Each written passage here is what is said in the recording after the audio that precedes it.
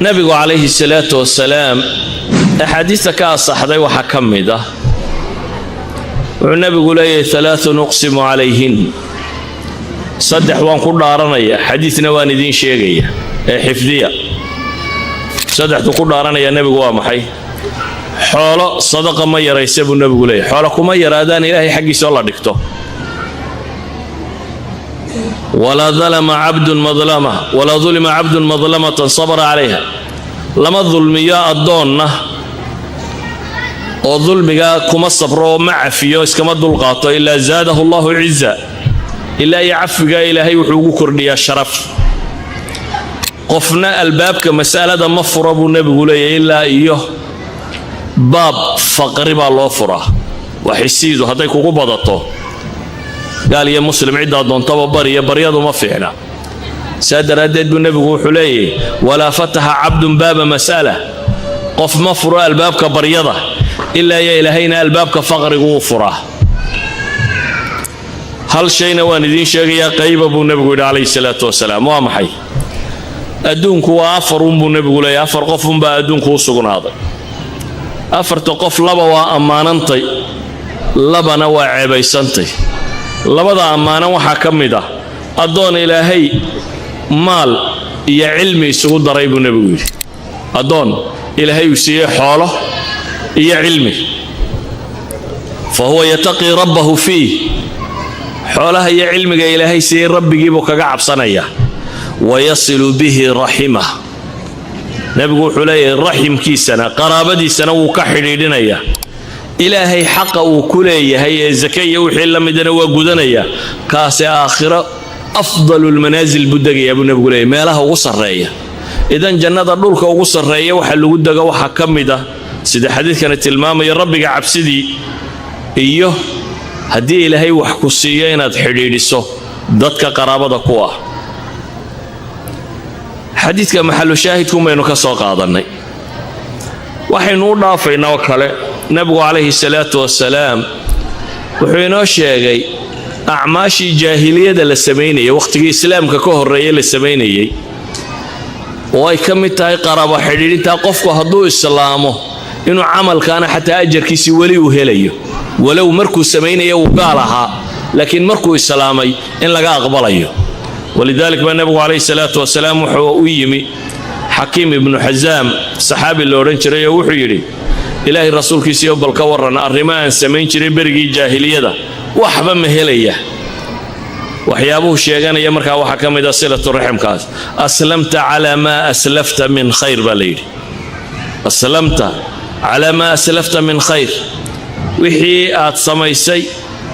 خيرات هرو مرسطي والله إسلام تيبو النبي قوت المامي قرابة حريرين تيدو وحين لنا مركوا من الدين هذا بوا قورمة ضدك بدبا وحي وحسان حريرين تو إنay tahay markay ku xiriiriyaan aadna xiriiriso naam taas waa sax waa balgud laakiin waxa weeyaan xataa haday ku dhibaan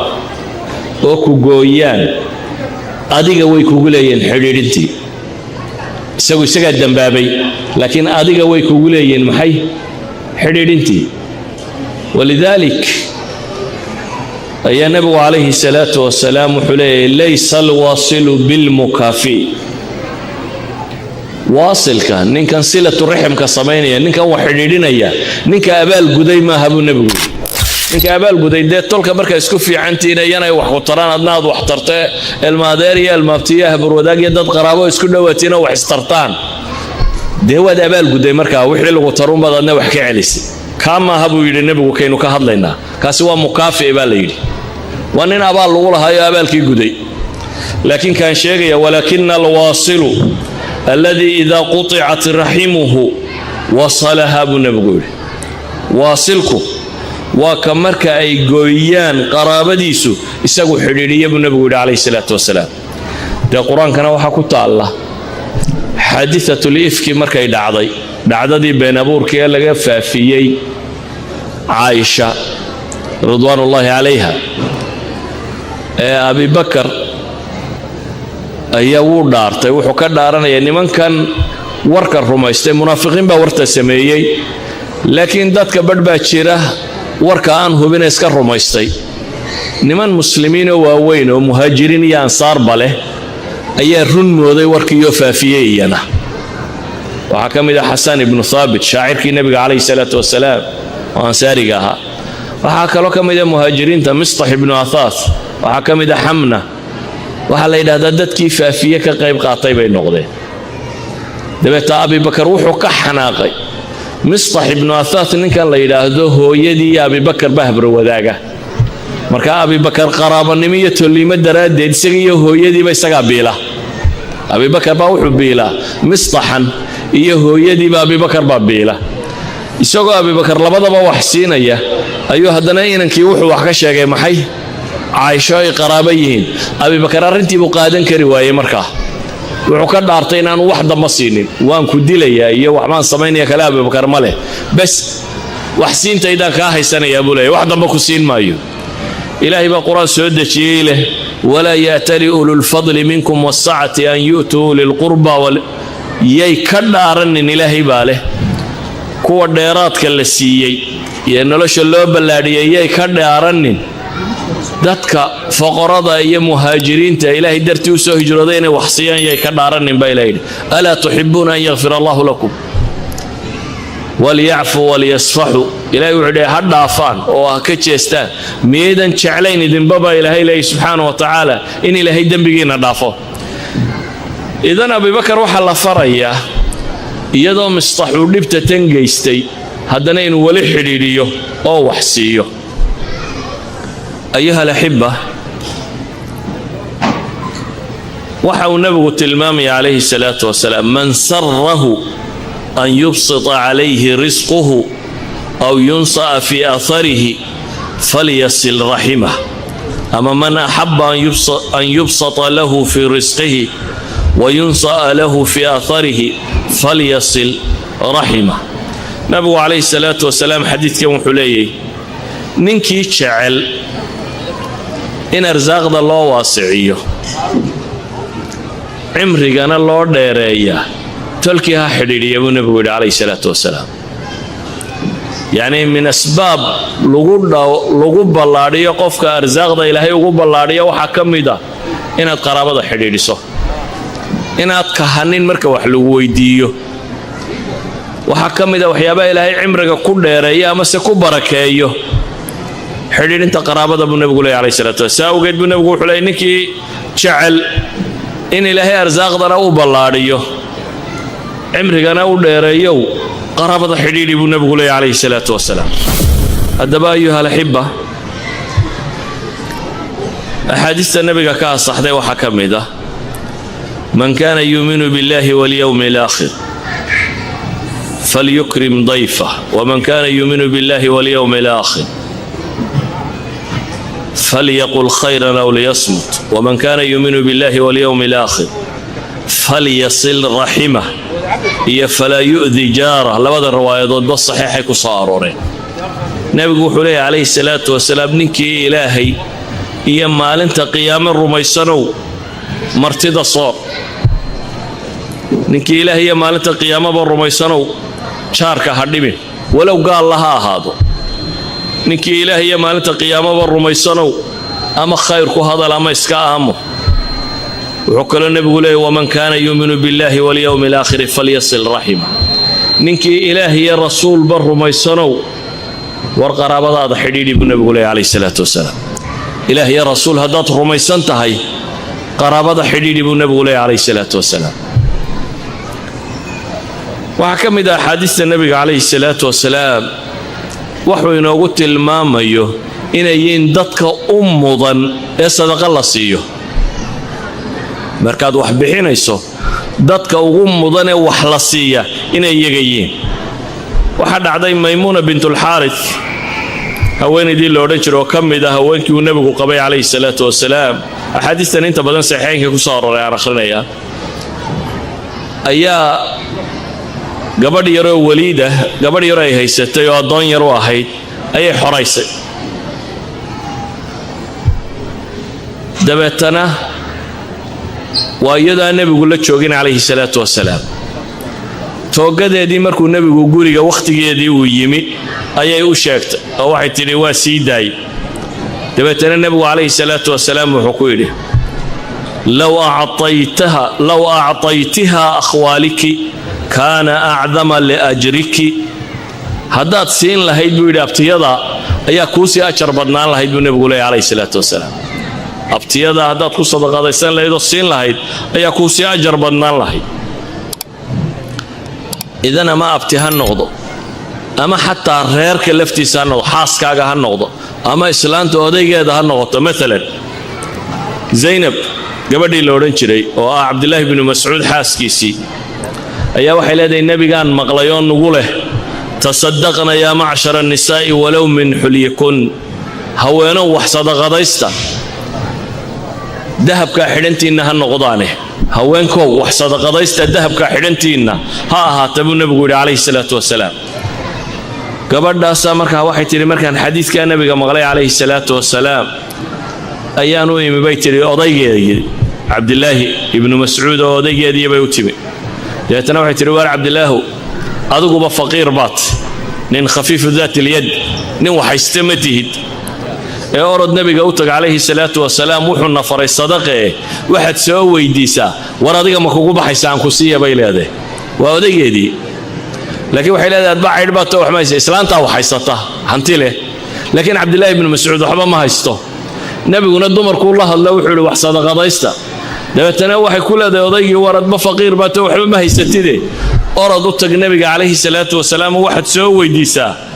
ma kugu baxaysaa haddaan adiga ku siiyo cabdilaaha wuxuu yidhi markaa mayaanuu nebiga u tegi maayo orod adugu u tago soo weydiiso anuu nebiga u tegi maayee adugu u tago soo weydii buu ku yidhi waxay tidhi markaasaan soo baxay dhexda markaan socdaba waxa igu soo baxday bay tidhi gabadh kaloo ansaara oo iyana masaladaydiiyo kala wadata iyana rabta inay nebiga weydiiso ninka haddii wax la siiyo ma ku baxaysaadaa labadii dumarabaa isa soo raacay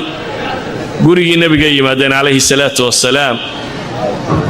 markay gurigii nebiga yimaadeenna waxay leeyihiin nebiga aad buu haybad u weynaa marka waa laga cabsan jiray waanu ka cabsanaynay bay tidhi dabeetana bilaal baa noo soo baxay bay tidhi bilaal baa waxaanu ku nidhi bay yidhaahdeen i'ti rasuula allahi sala allahu calayh waaalih wasalam fa akhbirhu anna imra'atayni bilbaabi tasalaanik nebiga u tagoo waxaad ku tidhaahdaa laba dumar oo albaabka jooga ayaa nebi allo waxay ku weydiinayaan odayadayada wax ma ku sadaqadaysan karnaa sidaa bilaalow nebiga ku dhaba yidhaahdeen iyo agoon yaroo aannu haysanno waa calaa aytaamin fii xujuurina odayadayada iyo agoon gurigayaga joogta wax ma ku sadaqadaysan karnaa oo ha noo sheegin bay yidhaahdeen kuwaannu nahayna bilaal bay leeyihin hanana sheegin su-aashaana nebiga noo soo weydiiye bilaal baa nebiga u soo galay calayhi salaatu wasalaam su-aashii buu weydiiyey nebigaa markaa su-aalku soo celiyey wuxuu hi man huma war waa kuma dumarku labada dumar ee bilaal uu su-aasha ku soo weydiiyey waa kuwama bilaal de hadduu nebigu weydiiyey ma qarin kara marka wuxuu yidhi waa gabadh ansaariyada iyo saynab buu yidhi markaasuu nebigu wuxuu yidhi ayu zayaanibi waa saynabtee saynabadu waa badan yihiine markaasuu yidhi ilaahay rasuulkiisiiyow waa imra'atu cabdilaahi bnu mascuud weeyaan haweenaydii cabdilaahi bnu mascuud qabay weeye markaasuu nebigu yidhi waxaad ku tidhaahdaa lahumaa ajraani ajru lqaraabati wa ajru sadaqati u sheeg laba ajar baa ka helaysaan dheh waxaa leedihin ajarkii qaraabada iyo ajarkii sadaqada labadaa ajar baa leedihin yacni ajarka qaraabada waa maxay waa silatu rixim qaraabo xidhiidhinna way idiin tahay sadaqana way idiin tahay buu nebigu u tilmaamaya calayhi salaatu wasalaam sidaa ogeed ayuha alaxiba xidhiidhintu la xidhiidhiyo qaraabadu waa min addiin bale cabdilaahi ibnu nawfal ibnu alxaaris ibnu cabdilmutalib waa nin aalu beytkii nebiga ka mid ah ayaa wuxuu leeyahay cabdilmutalib ibnu rabiica ibnu alxaaris ayaa wuxuu sheegay nebiga calayhi salaatu wasalaam baa waxaa la kulmay rabiicata bnu alxaaris waa rabiicata bnu alxaaris ibnu cabdilmutalib yacni nebiga calayhi salaatu wasalaam waa ilmaadeer iyo alcabaas ibnu cabdilmutalib oo adeerkiiya labada nin nebiga qaraabadiisii ka mid ah ayaa kulmay dabeetana waxay yidhaahdeen war labadaa wiil waa laba wiiloo ay dhaleen labadaa wiil intaynu isku darna inuu nebiga u diro oo aynu kala hadalno waxaynu ku odhanaynaa sakooyinkan iyo sadaqaadkan la soo ururiyo dadka ka shaqeeya ilaahay rasuulkiisiiyo ku dar ha shaqeeyaan oo dadkuba dee shaqada waxbay ku qaadanayaane wixii ay dadkuba qaadanayeen iyana ha qaataan warkaa iyagoo wadabo cali ibnu abi aalib oo isla qoyskiisna ayaa u yimi markaasay u sheegeen wixii ay wadeen cali wuxuu yidhi war ka daaya war nebiga waxaa howla tegina cali way ka cadhoodeene waxay dhaaheen war naga tagorado markii adiga uu nebigu inantiisa ku siiye kusoo dhoweeyey baad cali waxa la yidhi adiga ku maqli mayno waa diraynaa labada inan adiga markii uu nebigu kuu guuriyo ad leedahay kuwan loo guurin maayo waa laba wiil ay dhaleen bay rabeen in nebi maxamed u guuriyo dabeetana waa soo direen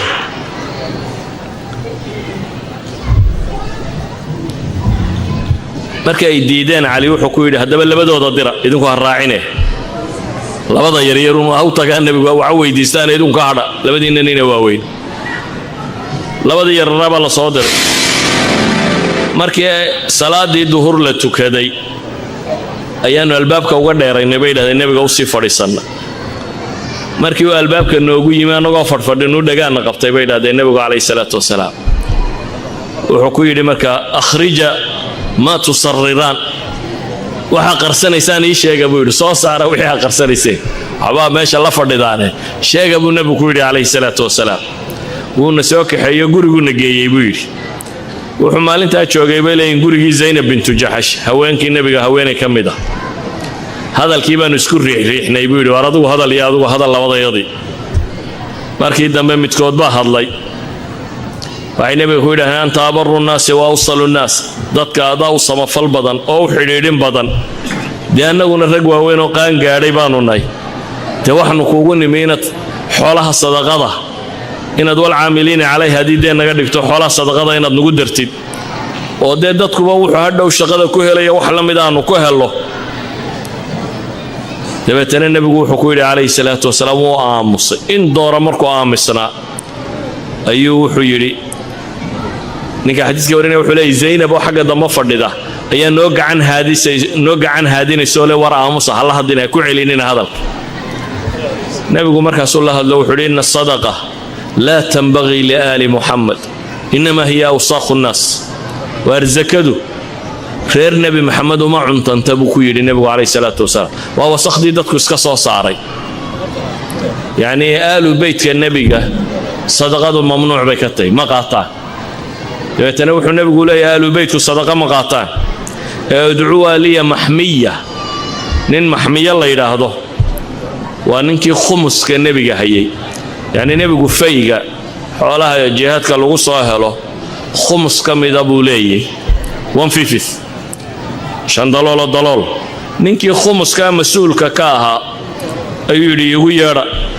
iyo nin kale oo ilmaadeeriyiin oo la yidhaaha Nawfal ibn al-Harith ibn Abd al-Muttalib labadaa igu yeedha buu yidhi labadii baa u yimi maxmiya ninkii la odhan jiray buu nebigu wuxuu ku yidhi ankix hada al-ghulama ibnatak inankan inantaada u guuri buu ku yidhi waa u geed fadhiistay nebigu calayhi salaatu wasalaam dabeetana labada wiil mid waa al-Fadl ibn Abbas oo Abdullah ibn Abbas walaalkii dabeetana wuxuu ku yidhi maxmiyow inantaada wiilkan u guuri Nawfal ibn al-Harith ibn Abd al-Muttalib wuxuu ku yidhi ankix hada al-ghulama ibnatak adiguna wiilkan kale gabadhaada u guuri yani labadii nin uu yeedhay laba hawlood ay kala dhaleen buu wuxuu leeyahay labadan inan ha loo guuriyo maxmiyana wuxuu kale ku yidhi xoolaha sadaqada ma aha xoolaha fayga ee aad hayso astiqanuhuma min al-khubus كذا وكذا وكذا واحد كسيسا حولها فيغنا انت يا انت كسيب النبي عليه الصلاه والسلام يعني حديثك waxay ku tilmaamay ana u dalishanay culimadu sidoo nabigu qaraabada u xiriirinayay inuu xataa u guurinayay oo u geed fariisanayay oo ka bixinayay wixii kharash ku baxayayna uu nabigu calayhi salaatu wasalaam isagu ka bixinayay hadaba marka warka soo duubno silada riximka la xiriiriya koo waxaan leenahay waxay ka mid tahay diinta waxyaabihi ugu soo hordagay bale waxay ka mid tahay waxyaabihii jaahiliyada carbeed bay ammaanta u taqaanay diintuna sugtay ilaahay subxaanahu wa tacaala uu sugayo qur'aan aad u badanina waati dal qurba xaqahu midhanaya oo dal qurbaha in ixsaan loo sameeyana uu soo arooray nusuus tiro badan nabiga calayhi salaatu wasalaamna oo ka soo aroortay inuu intaan ka soo qaadanay nusuustaasi oo sheegaysa cahdigii maka iyo cahdigii madiinaba inuu nebigu masaladan ka hadlayay nusuustaasi oo sheegaysa in ilaahay uu ku barakeeyo dadka ficilkan sameeya nusuustaas oo sheegaysa arsaaqda iyo guurku arsaaqda iyo da'duba cimriguba in ilaahay subxaanahu wa tacaala ku barakeeyo idan waxaynu leenahay markaa islaamku wuxuu farayaa dadku bulshadu inay isku xidhnaato dawaa'ir kale dambaysana way isugu xidhantay daa'ira al-uula naftaada marka la dhaafo ee ehelka iyo qaraabada waa waalidiinta waxaa ku sii xiga markaasi qaraabadii waxaa ku sii xiga jaarkii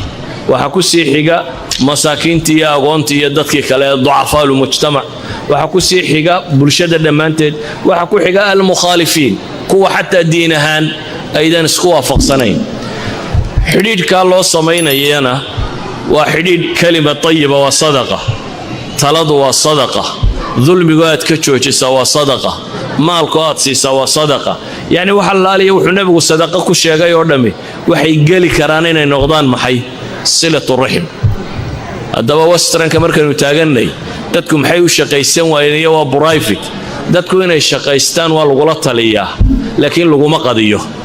inuu shaqaysto waa wax lagula taliyo wanaagsan